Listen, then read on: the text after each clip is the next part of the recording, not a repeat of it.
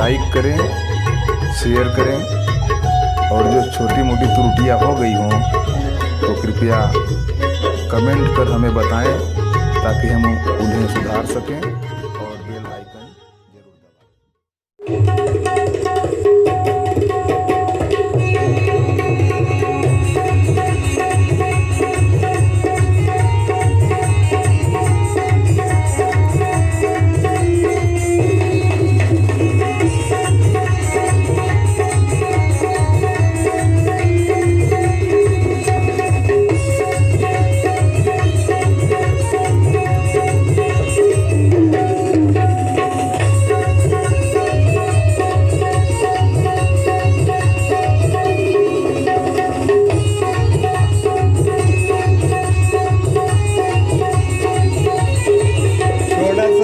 झमेला कांवर कन्हवा पे लेल, छोड़ा सा गरो झमेला कांवर कन्हवा पे लेल, छोड़ा सा गरो झमेला कांवर कन्हवा पे लेल, मन शिव के चरणवा लगाल ना। बोला प्यार से बोल बम, बोला प्यार से बोल बम, सुख जीवन के तू ढालना।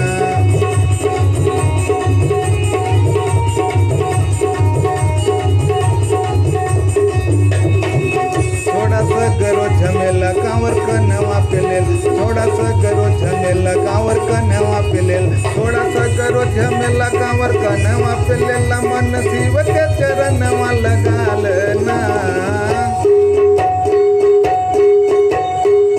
बोला प्यार से बोल बम, बोला प्यार से बोल बम, सुख जीवन के तू ढालना।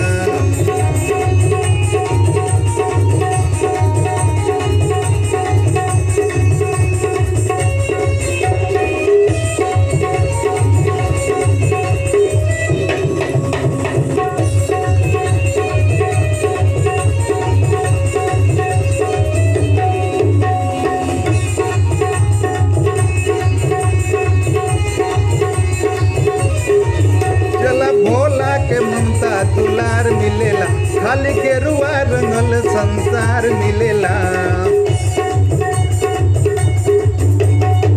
चला भोला के ममता दुलार मिलेला, खाली गेरुआ रंगल संसार मिलेला। चला बाबा धाम मेला मन हमरा झुमेला,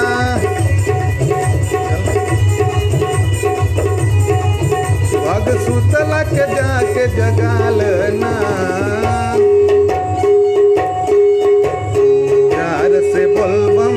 बोला प्यार से बोल बम, सुख जीवन के तू ढालना। बोला प्यार से बोल बम, सुख जीवन के तू ढालना।